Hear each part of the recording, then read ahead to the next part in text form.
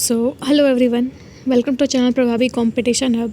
तो आज का जो हमारा टॉपिक है वो है रिफ्रैक्शन ऑफ लाइट। ठीक है, इसमें हमारा फर्स्ट क्वेश्चन है the phenomenon of change in direction of light when it passes from one medium to another is called. तो जब भी रे ऑफ लाइट एक मीडियम से दूसरे मीडियम में पास करती है, ठीक है, फॉर एग्जांपल अगर ये वाटर से जा रही है ग्लास में या फिर एयर से आ रही है वाटर में, ठीक है, तो यहाँ पे क्या हो रहा है, पर्टिकुलर मीडियम चेंज हो रहा है। ठीक है, तो मीडियम के चेंज होने से जो लाइट का जो डायरेक्शन चेंज होता है, ठीक है, लाइट रेस का जो डायरेक्शन चेंज होता है, इस प्रोसेस को हम क्या कहते हैं, इसको कहते हैं रिफ्रैक्शन। ठीक है, when light rays enter from one transparent medium to another transparent medium, it exists directly without turning when it is perpendicular to the surface। तो यहाँ पे तीन केस होता है। ठीक है, एक तो पहला है कि यहाँ पे एक कोई भी रे ऑफ लाइट जो है वो किसी मीडियम में परपेंडिकुलर इंटर करेगी। जब भी कभी ray of light perpendicular means 90 degree के एंगल पे एक मीडियम से दूसरे मीडियम में जाएगी तो उसमें कोई भी जो उसके जो वे में कोई भी डेविएशन नहीं होगा। ठीक है, लेकिन अगर किसी एंगल से पास होती है तो ये रे ऑफ लाइट जो है वो नॉर्मल की तरफ भी बेंड कर सकती है। ऐसा कुछ प्रोसेस होता है, जैसे कि अगर ये एयर है, ठीक है, और ये मान लेते हैं हमारे पास ग्लास है। ठीक है, ये ग्लास है, तो अगर ये नॉर्मल है हमारे पास, ठीक है, अगर ये नॉर्मल है और यहाँ पे कोई रे ऑफ लाइट इस तरीके से इंसिडेंट कर रही है, ठीक है, तो ये पूरा नॉर्मल है नीचे तक, तो ये रे ऑफ लाइट नॉर्मल की तरफ भी बेंड हो सकती है या नॉर्मल से दूर भी जा सकती है। ठीक है, ये डिपेंड करता है कि किस मीडियम से कौन से मीडियम में रे का ट्रांसमिशन हो रहा है। ठीक है, they deviate from their original direction, this phenomenon is called refraction of light.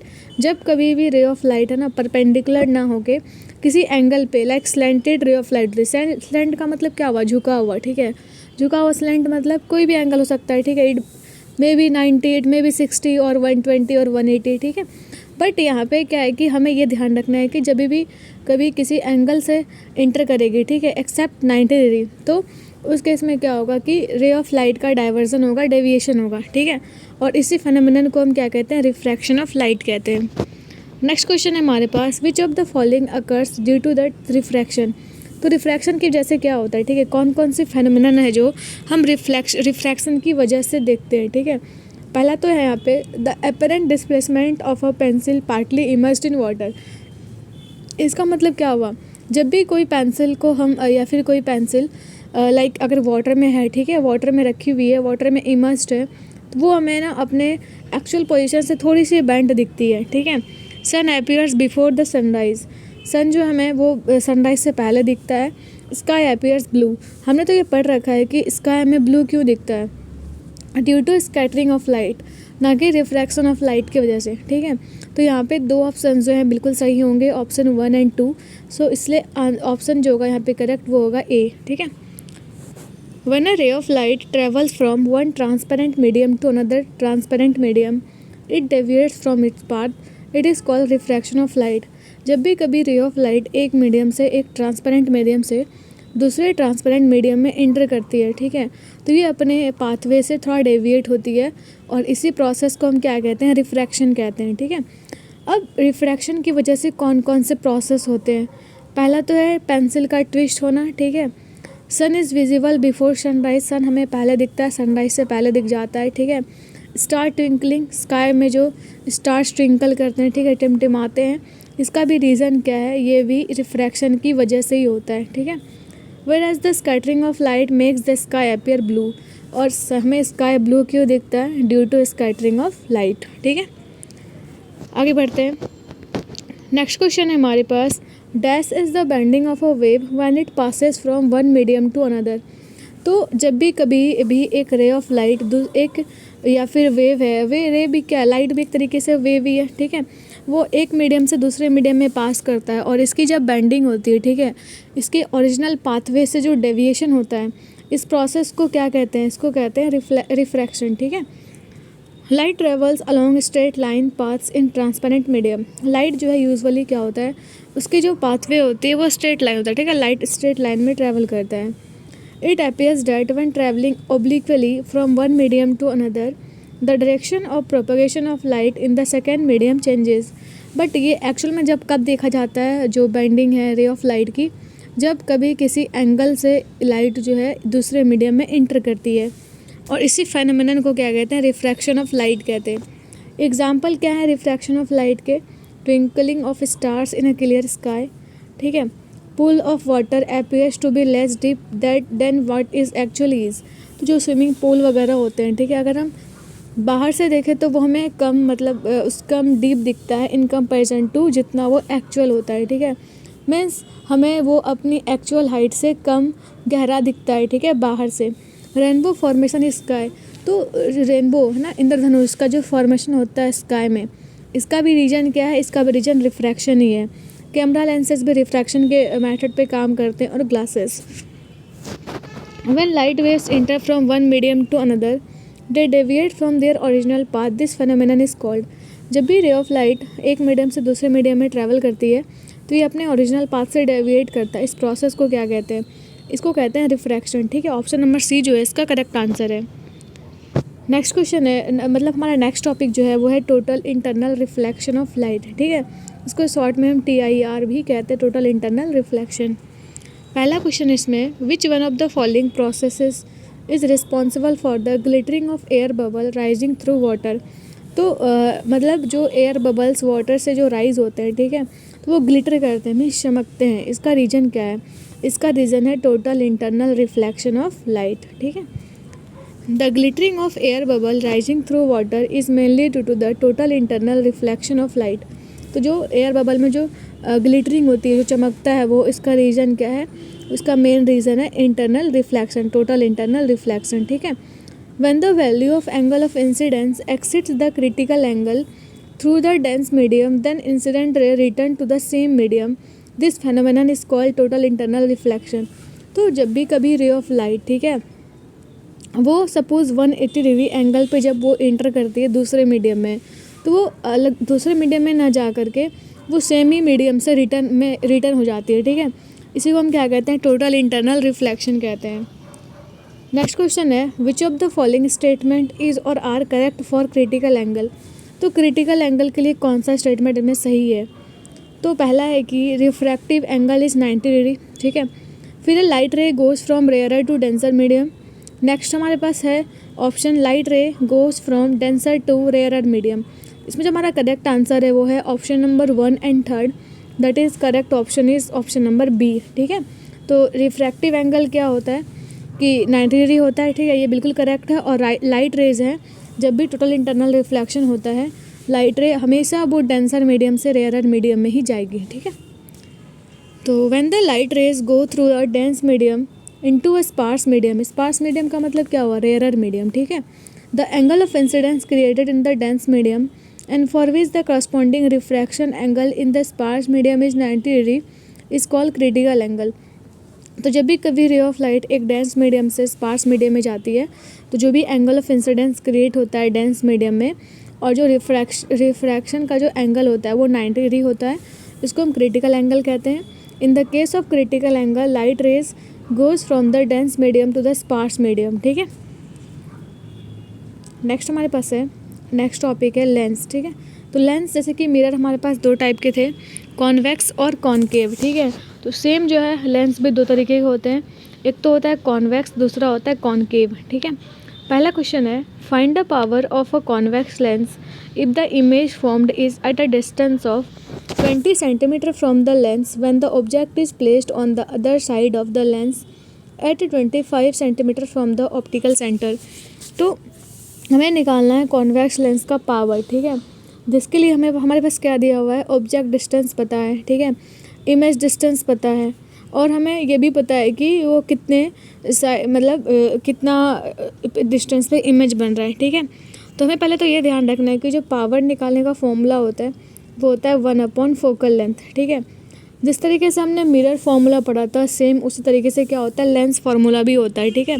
तो लेंस फार्मूला जो होता है वो होता है 1/f equal to 1/v minus 1/u, ठीक है, जहाँ पे v क्या है, ये है इमेज डिस्टेंस, u है ऑब्जेक्ट डिस्टेंस, और f जो है ये है फोकल लेंथ, ठीक है।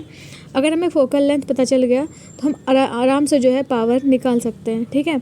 अब फोकल लेंथ आएगा कैसे, हमारे पास इमेज डिस्टेंस भी है और ऑब्जेक्ट डिस्टेंस भी है, तो हम फोकल लेंथ बहुत ही ईजिली निकाल सकते हैं, ठीक है।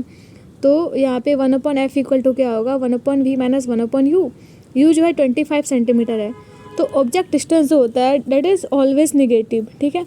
तो वो इस तरीके से होगा 1/22 माइनस ऑफ 1/25, ठीक है। इस तरीके से करेंगे तो हमारे पास f की वैल्यू निकल जाएगी, अब वो होगी 100/9 सेंटीमीटर मीन्स 1/9 मीटर, ठीक है। तो पावर जो होगा वो उसका फॉर्मूला हमें पता है कि 1/f होता है। इसको पुट करेंगे तो हमारे पास पावर की वैल्यू कितनी आएगी 9 डायोप्टर्स। डायोप्टर्स क्यों? क्योंकि जो पावर की जो SI यूनिट है वो डायोप्टर्स ही होती है, ठीक है। नेक्स्ट क्वेश्चन है find the power of a convex lens if the image formed is at a distance of 10 centimetre from the lens when the object is placed on the other side of the lens at 40 centimetre from the optical center, ठीक है। हमें किसी convex lens का power निकालना है जब जहाँ पे इमेज का फॉर्मेशन होता है 10 सेंटीमीटर के डिस्टेंस से फ्रॉम लेंस और ऑब्जेक्ट जो है वो 40 सेंटीमीटर के डिस्टेंस पे रखा हुआ है, ठीक है।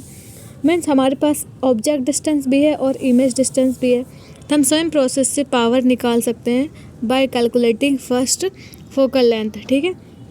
तो हमें पता है कि फॉर्मूला क्या होगा 1/f = 1/b - 1/u। u का वैल्यू भी पता है वो कितना है 10 सेंटीमीटर, ठीक है। v का वैल्यू u का 40 सेंटीमीटर है, u will be in negative, ठीक है। तो 1/f = 1/10 - 40 that is 4 + 1/40 that is 1/8, ठीक है। अब है कि हमारे पास ये पहले तो हम इसको ये सेंटीमीटर में है तो हम इसको मीटर में कन्वर्ट करेंगे बाय 100 से डिवाइड करके। तो पावर ऑफ लेंस क्या होगा 1/8/100 डेट इज़ 12.5 डायोप्टर्स, ठीक है। आगे बढ़ते हैं। नेक्स्ट क्वेश्चन हमारा find the power of a convex lens if the image formed is at a distance of 16 centimetre from the lens when the object is placed on the other side of the lens at 20 centimetre from the optical centre. तो सारे numerical same ही है। Convex lens पे हमें ये ध्यान रखना है कि यहाँ पे जो इमेज डिस्टेंस होगा वो हमेशा पॉजिटिव होगा और ऑब्जेक्ट डिस्टेंस जो होगा वो निगेटिव होगा, ठीक है। तो हम यहाँ पे भी फोकल लेंथ निकाल सकते हैं। वो कैसे निकालेंगे 1/f = 1/v - 1/u। तो v का वैल्यू पता है 16, u का -20 होगा, तो हम ऐसे कैलकुलेट करके निकाल लेंगे। f की वैल्यू आएगी 8/90 मीटर, ठीक है। तो पावर ऑफ लेंस क्या होगा 11.25 डायोप्टर्स, ठीक है। नेक्स्ट क्वेश्चन है find the power of a convex lens if the image formed is at a distance of 25 centimetre from the lens when the object is placed on the other side of the lens at 12 centimetre from the optical centre, ठीक है। तो यहाँ भी हम सबसे पहले क्या निकालेंगे फोकल लेंथ निकालेंगे, ठीक है। तो फोकल लेंथ का फॉर्मूला क्या होगा 1/f = 1/v - 1/u। u हो गया हमारे पास लेंस मतलब लेंस से ऑब्जेक्ट का डिस्टेंस, v हो गया इमेज का डिस्टेंस, ठीक है, और f हो गया फोकल लेंथ, ठीक है। अकॉर्डिंग टू क्वेश्चन 1/f = क्या होता है 1/v - 1/u। तो हम जब फॉर्मूला में पुट करेंगे तो हमें f की वैल्यू निकल जाएगी। तो f की वैल्यू आएगी 25 × 12/37, ठीक है। ये सेंटीमीटर में है तो पहले हम इसको मीटर में कन्वर्ट करेंगे बाय डिवाइडिंग बाय 100, ठीक है। तो ये आ जाएगा हमारे पास focal length. Power of lens क्या होगा 1/f, ठीक है। तो p क्या होगी 100 × 37/12 × 25 means 12.33 dioptres. Which of the following lens always forms a virtual erect and diminished image. ऐसा कौन सा लेंस है जो हमेशा जो है वो अपना वर्चुअल इरेक्ट और डिमिनिश्ड मीन्स छोटा जो है इमेज का फॉर्मेशन करता है, तो वो होता है हमारे पास कॉनकेव लेंस, ठीक है। नेक्स्ट क्वेश्चन है तो the concave lens always forms a virtual erect and diminished image. तो जैसा कि मिरर में था, मिरर में हमेशा convex mirror diminished image form करता था, तो यहाँ पे क्या होगा जस्ट उल्टा होगा। यहाँ पे कॉनकेव लेंस जो है वो हमेशा वर्चुअल इरेक्ट और डिमिनिश्ड इमेज फॉर्म करेंगे। A lens is that is thin in the middle and thick at the edges is called a concave lens. वो लेंस जो कि जो मिडल में तो पतला होता है बट एजेस पे थिक होता है, ठीक है, लाइक दिस। ये ऐसा होता है हमारा कॉनकेव लेंस, ठीक है। It diverges the parallel light rays incident on it that is tendency to split, so it is called the diverging lens. तो कॉनकेव लेंस पे जितनी भी रे ऑफ लाइट पड़ती है, ठीक है, वो क्या करेगा रे ऑफ लाइट को हमेशा डाइवर्ज करेगा, ठीक है, उसको मतलब कन्वर्ज ना करके दूर फेंकेगा, डाइवर्स करेगा। इसी वजह से उसको हम क्या कहते हैं डाइवर्जिंग लेंस भी कहते हैं। The concave lens makes the virtual perpendicular image between the reflection lens and the focus for each objects position and smaller from object. जो कॉनकेव लेंस है हमेशा एक वर्चुअल परपेंडिकुलर इमेज बनाएगा, ठीक है, रिफ्रैक्शन लेंस और फोकस के बीच में, ठीक है, और जो साइज़ होगा वो बहुत ही छोटा होगा। It is important that concave lens is use to correct short sightedness which is also known as myopia. तो कॉन्केव लेंस का जो यूज़ है वहाँ कहाँ पे करते हैं हम उसको, मीन्स लाइक ये शॉर्ट साइटेडनेस जो होता है, ठीक है, मीन्स जो, या फिर कह सकते हैं नियर साइटेडनेस, ठीक है, इसको करेक्ट करने के लिए हम कॉन्केव लेंस का यूज़ करते हैं। और ये नियर साइटेडनेस में क्या होता है कि नियर साइटेडनेस का मतलब क्या हुआ, इसमें हमें नज़दीक की चीज़ें तो दिखती है लेकिन दूर की नहीं दिखती हैं, ठीक है। तो इसी को हम क्या कहते हैं, मायोपिया कहते हैं, ठीक है। नेक्स्ट क्वेश्चन है, if the power of an object is expressed in terms of dioptre then the object must be A or dash, ठीक है। तो अगर किसी भी ऑब्जेक्ट की पावर जो है अगर हम डायोप्टर में एक्सप्रेस करते हैं, इसका मतलब क्या है, वो क्या होगा, ऑब्वियसली वो एक लेंस होगा, ठीक है। द डिग्री ऑफ कन्वर्जेंस और divergence of a light rays achieved by a lens is expressed in terms of its power. तो कोई भी लेंस जो है, ठीक है, कितना रे ऑफ लाइट को कन्वर्ज या डाइवर्ज करेगा, इसी फेनोमेनन को या फिर इसी पावर को कहते हैं हम इसको पावर, ठीक है। और पावर ऑफ लेंस को कैसे डिफाइन करते हैं, ये होता है reciprocal of focal length. Means power का फॉर्मूला क्या आएगा, P इक्वल टू होगा 1/f, ठीक है, reciprocal of focal length. The power of a lens is defined as a reciprocal of its focal length. It is represented by the letter P। तो power को किसी note करते हैं letter P से, ठीक है। तो P इक्वल टू क्या होगा 1/f। The SI unit of power of a lens is dioptre. It is denoted by the letter D। तो इसकी SI यूनिट क्या होगी, डायोप्टर होगी, ठीक है। और इसको डिनोट किससे करते हैं, कैपिटल लेटर D से। The power of a lens is to -2.0 dioptre, hence D stands for. तो किसी भी लेंस का जो पावर है वो -2.0 D है, ठीक है, -2D है। तो यहाँ पे D क्या है, तो D है जो डायोप्टर है, ठीक है, जो लेंस की यूनिट होती है, लेंस के पावर की यूनिट, ठीक है। In appropriate questions the capacity of the lens is -2.0 D। Here D means dioptre, ठीक है। This is the unit of power of the lens, जहाँ पे पावर इक्वल टू क्या होता है 1/f, और P जो है वो पावर ऑफ लेंस है, और F जो है वो फोकल लेंथ ऑफ लेंस है इन मीटर। नेक्स्ट मेरे पास टॉपिक है ह्यूमन आइज़। पहला क्वेश्चन इसमें, what type of lens is commonly use to correct presbyopia.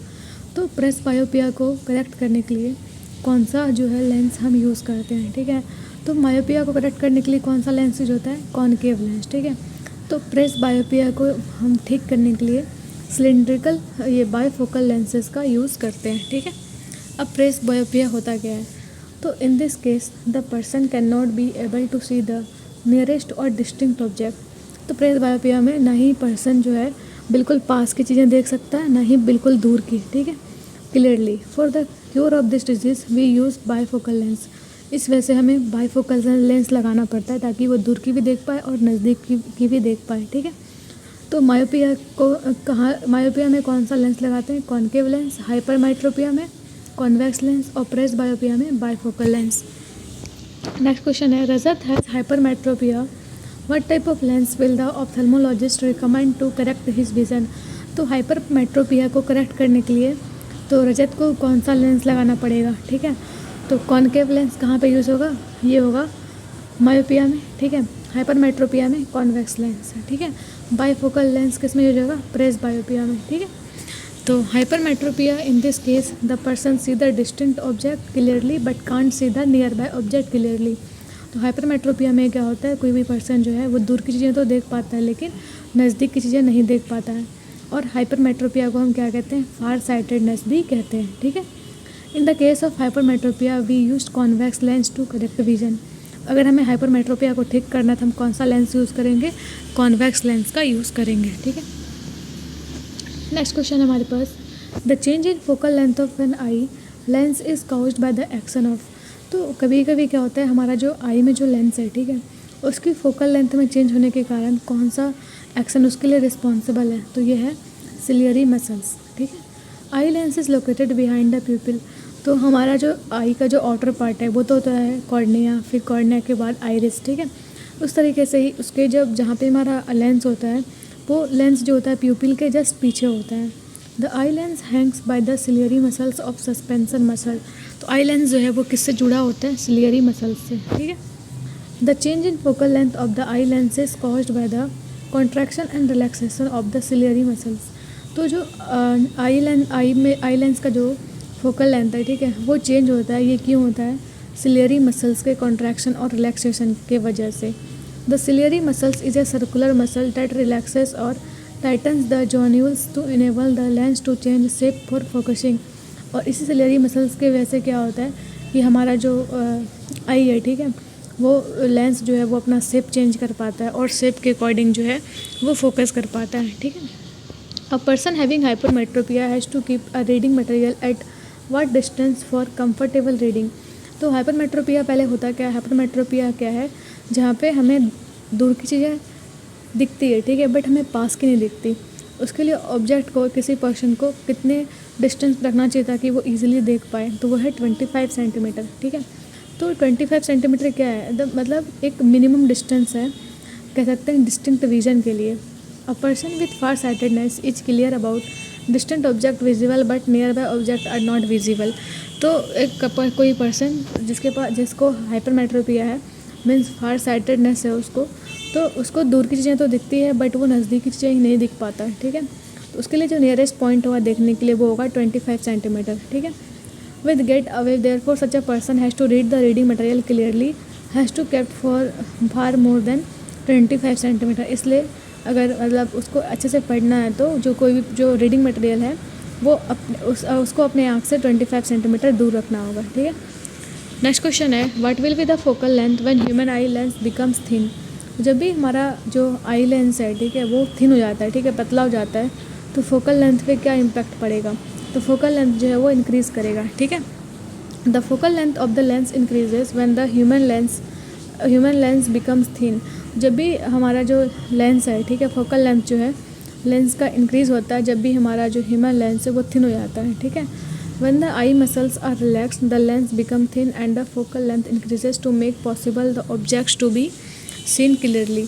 तो ये क्यों होता है, ऐसा रीज़न क्या है कि जब भी हमारा आई मसल्स रिलैक्स्ड होता है, ठीक है, तो लेंस तो थिन हो जाता है, ठीक है, इससे फोकल लेंथ इंक्रीज़ करेगा और हम दूर की चीज़ें जो है वो देख पाएंगे, ठीक है। While looking at objects closer to the eye, the ciliary muscles contract and the lens become thin।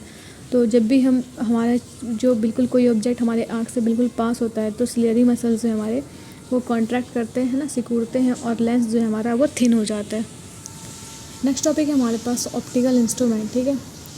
तो first question is a periscope makes use of. तो जो पेरिस्कोप है, ठीक है, पेरिस्कोप इंस्ट्रूमेंट जो है उसमें क्या लगा होता है, उसमें लगा होता है 2 प्लेन मिरर्स, ठीक है, 2 प्लेन मिरर्स। तो a periscope is defined as an instrument used for observing over, around or through an obstacle or object which is prevented by direct line of sight। तो पेरिस्कोप एक ऐसा instrument है जिससे हम किसी ऐसा चीज़ को देखते हैं जो कि हम डायरेक्टली किसी चीज़ की वजह से हम डायरेक्टली उसको देख नहीं पा रहे हैं। इट यूजेस 2 प्लेन मिरर, इसमें 2 प्लेन मिरर यूज होता है, ठीक है। इसमें तो एक होता है आउटर केस जहाँ पे एक मिरर लगा होता है 45 डिग्री एंगल पे। This mirrors are placed parallel to the surface. तो ये जो मिरर्स लगे होते हैं पेरिस्कोप में, 2 मिरर्स, वो जस्ट पैरेलल होते हैं एक दूसरे के। A periscope works on the basis of laws of reflection of light. तो पेरिस्कोप जो है वो कौन से प्रिंसिपल पे काम करता है, ये काम करता है on the basis of laws of reflection of light, ठीक है। Any object in the line of sight reflects the light making it visible in the periscope. तो कोई भी ऑब्जेक्ट अगर लाइन ऑफ साइट को रिफ्लेक्ट करता है तो इससे हम लाइट जो है उस लाइट की वजह से कोई भी चीज़ को हम देख पाते हैं with the help of periscope. Which of the following instrument is used for measurement of direct beam solar irradiance. तो कौन सा इंस्ट्रूमेंट है जिसका हम यूज़ करते हैं डायरेक्ट बीम सोलर इरेडियंस के लिए, ठीक है। तो इसके लिए हम क्या यूज़ करते हैं, पाई हेलियोमीटर का यूज़ करते हैं, ठीक है। अब ये पाई हेलियोमीटर होता क्या है, तो pyrheliometer is an instrument for measurement of direct beam solar irradiance. तो डायरेक्ट बीम सोलर इरेडियंस को मेज़र करने के लिए हम पाई हेलियोमीटर का यूज़ करते हैं। An optometer is a device which is use to assess a patient vision. तो ऑप्टोमीटर क्या होता है, एक ऐसा डिवाइस है जिससे कि किसी पेशेंट का क्या विज़न है, ठीक है, कितनी पावर है उसके आई को, इससे ये हम पता करते हैं। Looking both at power and range, this device is utilised by optometrist और ophthalmologist in a clinical setting. तो इसी इंस्ट्रूमेंट का यूज़ करके जो ऑप्थेल्मोलॉजिस्ट है वो क्लिनिक्स में बताते हैं कि किसी का विज़न कितना है, ठीक है। नेक्स्ट है क्रोनोमीटर। क्रोनोमीटर क्या होता है, ये एक पोर्टेबल टाइम कीपिंग डिवाइस है, ठीक है। इसमें बहुत ज़्यादा एक्यूरेसी होती है, particularly one used for determining longitude at sea. तो क्रोनोमीटर का जो जनरली यूज़ कहाँ पे होता है, ये हम यूज़ करते हैं लॉन्गिट्यूड निकालने के लिए सी में, ठीक है। नेक्स्ट है a refractometer is a laboratory or field device for the measurement of an index of refraction. तो रिफ्रैक्शन का जो इंडेक्स है उसको मेज़र करने के लिए हम कौन सा यूज़ करते हैं इंस्ट्रूमेंट, यह है रिफ्रैक्टोमीटर, ठीक है। नेक्स्ट अब टॉपिक है हमारे पास डिस्पर्सन ऑफ लाइट और रेनबो, ठीक है। तो पहले बात डिस्पर्सन क्या होता है, ठीक है। जब भी किसी वाइट रे ऑफ लाइट को हम पास कराते हैं प्रिज्म से, ठीक है, तो ये अपने अलग अलग कंपोनेंट्स में 7 अलग अलग कंपोनेंट्स में क्या होगा, स्प्लिट कर जाएगा, ठीक है। इसी प्रोसेस को, इसे स्प्लिटिंग ऑफ लाइट को हम क्या कहते हैं, डिस्पर्शन कहते हैं। तो splitting of light into different colours is called, इसको कहते हैं डिस्पर्शन, ठीक है। When the white light is passed through a glass prism, it splits into its spectrum of colors. तो ये जब भी हम कोई भी वाइट लाइट को पास करते हैं प्रिज्म से, ठीक है, तो ये अपने अलग अलग जो है कलर्स में डिवाइड हो जाता है, जिसको हम स्पेक्ट्रम कहते हैं, ठीक है। और वो किस ऑर्डर में होता है, विविग्योर में, ठीक है, ऐसे होता है ये विविग्योर। सबसे ऊपर रेड होगा, फिर orange, yellow, green, blue, indigo, then violet, ठीक है। And this process of white light splitting into its constituent color is termed as dispersion. तो ये जो वाइट लाइट की स्प्लिटिंग है, ठीक है, इनके अलग अलग डिफरेंट कॉन्स्टिट्यूएंट्स में, ठीक है, इसी को हम क्या कहते हैं, डिस्पर्सन कहते हैं। Diffraction of light is defined as bending of light around corners such that it splits out and eliminates areas where a shadow is expected. अब ये तो हमने डिस्पर्शन पढ़ लिया, ठीक है। अब डिफ्रैक्शन क्या होता है, डिफ्रैक्शन ऑफ लाइट एक ऐसा प्रोसेस है जब रे ऑफ लाइट की बेंडिंग होती है अराउंड द कॉर्नर्स, ठीक है, और ये पूरा स्प्रेड करता है और पूरे एरिया को एलिमिनेट करता है, ठीक है। Where shadow is expected means जहाँ पे अंधेरा होता है ना, तो वहाँ पे इसको एलिमिनेट करता है। Light travels along straight line paths in a transparent medium. तो लाइट जो है हमेशा ट्रांसपेरेंट मीडियम में क्या होगा, लाइट का पाथवे जो होगा वो हमेशा स्ट्रेट लाइन होगा, ठीक है। It appears that when travelling obliquely from one medium to another the direction of propagation of light in the second medium changes. अब ऐसे तो रे ऑफ लाइट जो है वो हमेशा स्ट्रेट लाइन में ट्रैवल करती है, ठीक है, लेकिन ऐसा देखा गया कि जब भी कोई रे ऑफ लाइट एक पर्टिकुलर एंगल पे इंसिडेंट होती है, ठीक है, या किसी भी एंगल पे स्लैंटेड होती है, तो वहाँ पे क्या होता है, और मीडियम चेंज हो रहा होता है, तो वहाँ पे रिफ्रैक्शन का प्रोसेस होता है, ठीक है। स्कैटरिंग ऑफ लाइट क्या होता है, it is the phenomenon in which light rays get deviated from its straight path और on striking an obstacle like dust और gas molecule, water vapours etcetera.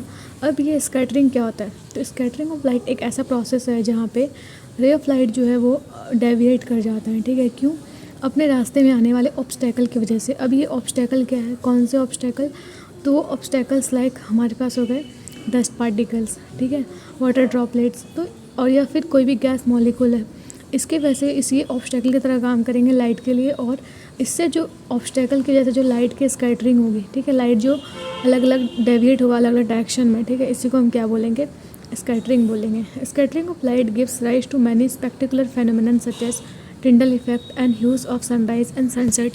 तो स्कैटरिंग ऑफ लाइट ही अलग अलग different phenomenon के लिए रिस्पॉन्सिबल है। For example Tyndall effect है ना, सनराइज सनसेट में जो हमारे सन जो हमें काफ़ी टाइम तक रेड दिखाई देता है, ठीक है, 2 आवर्स लेट तक भी हमें दिखाई देते रहता है। सनसेट से पहले भी हम सन देख सकते हैं 2 आवर्स पहले, और सनसेट के 2 आवर्स बाद भी। और ये जो हमारे पास लाइक स्काई ब्लू होता है, ये भी स्कैटरिंग की वजह से ही होता है। नेक्स्ट क्वेश्चन है the splitting of white light into its component colours is called. तो लाइट की जो स्प्लिटिंग होती है अलग अलग कलर्स में, ठीक है, इसको हम क्या कहते हैं, इसको कहते हैं डिस्पर्शन, ठीक है। ऑप्शन नंबर सी जो है इसका करेक्ट आंसर है, ठीक है। Among the colours of a rainbow which one has the longest wavelength. तो जितने भी कलर्स हैं रेनबो में, ठीक है, जैसे 7 कलर्स हैं रेनबो में, तो उसमें जो कौन से कलर की जो वेवलेंथ है सबसे ज़्यादा होती है, तो सबसे अधिक जो वेवलेंथ होती है वो होती है रेड कलर की, ठीक है। Rainbow is a natural spectrum appearing in the sky after a rain सार। तो जब भी आपने ध्यान दिया होगा कि जब भी रेनबो बनता है ना, वो हमेशा बारिश के बाद भी बनता है, ठीक है। जब एक साइड सन होगा और दूसरे साइड क्या होगा, रेनबो बनेगा, जस्ट अपोजिट डायरेक्शन में। It is cause by dispersion of sunlight bye tiny droplets. तो ये क्यों होता है, जो ये जब भी ray of light water droplet से पास करते हैं, ठीक है, तो यहाँ पे भी डिस्पर्सन का प्रोसेस होता है, ठीक है, और इससे एक रेनबो का फॉर्मेशन होता है। A rainbow is always formed in the direction opposite to that of the sun. अभी मैंने बताया कि रेनबो हमेशा कहाँ फॉर्म होगा, सन के जस्ट अपोजिट डायरेक्शन में। The water droplets act like a small prism and split the incident white light into a band of colours. तो जो भी वाटर ड्रॉपलेट्स हैं वो एक तरीके से स्मॉल प्रिज्म की तरह काम करते हैं और ये ड्रॉपलेट जो है इंसिडेंट वाइट लाइट को डिफरेंट डिफरेंट कंपोनेंट्स कलर में डिवाइड कर देते हैं। The various colour seen are violet, indigo, blue, green, yellow, orange and red indigo. The water droplets act like a small prism and split the incident white light into a band of colour. ठीक है, तो यहाँ पे जो water droplets हैं वही एक तरीके से स्मॉल प्रिज्म की तरह काम करते हैं और यही क्या करता है, वाइट लाइट को डिफरेंट डिफरेंट कंपोनेंट कलर्स में स्प्लिट कर देते हैं। जो कलर हम देखते हैं स्प्लिटिंग के बाद वो कौन कौन सा है, violet, indigo, blue, green, yellow, orange and red. ठीक है, जिसको हम विवग्योर से याद रख सकते हैं। They reflect and disperse the incident sunlight, then reflect it internally and finally reflect it again when it comes out of the raindrop। ठीक है, तो पहले तो यहाँ पे 3 प्रोसेस साथ में होता है। ठीक है, पहले तो यहाँ पे रिफ्रैक्शन होगा, फिर डिस्पर्शन होगा, ठीक है, और फिर रिफ्लेक्ट होगा। तो इस तरीके से यहाँ पे हम देख सकते हैं कि जो कैसे रेनबो का फॉर्मेशन होता है।